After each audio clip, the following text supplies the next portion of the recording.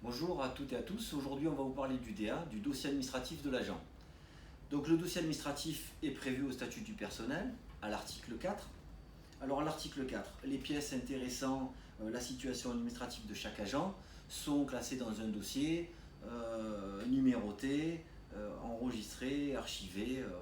Et souvent, ce dossier-là est à consulter auprès des services RH. Et il est souvent enfermé sous clé.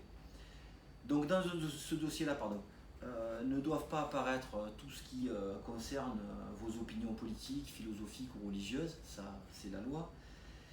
Et ce qui est écrit à l'article 4, c'est que chaque salarié a le droit d'en prendre connaissance, de demander à en prendre connaissance, et peut même en demander une copie.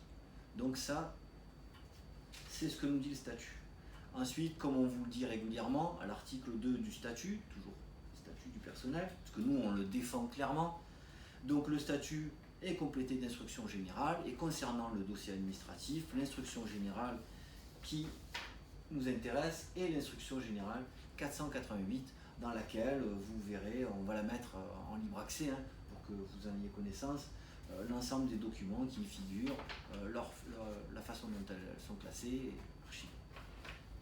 Ensuite, il y a un deuxième dossier qui nous intéresse et qui est méconnu, c'est le dossier détenu par le correspondant informatique et liberté. Donc ça c'est pareil, c'est une instruction générale qui vous explique très clairement sa mise en œuvre. C'est l'instruction générale 518. Donc bien sûr, qui dit traitement informatique dit accès à vos données informatiques et la possibilité de modifier ou de rectifier. Pour finir, pour votre droit d'accès, on vous joindra aussi la fiche pratique pour que vous sachiez comment et quand faire la demande auprès du correspondant informatique et liberté qui se trouve à Valès pour obtenir l'intégralité de ce dossier.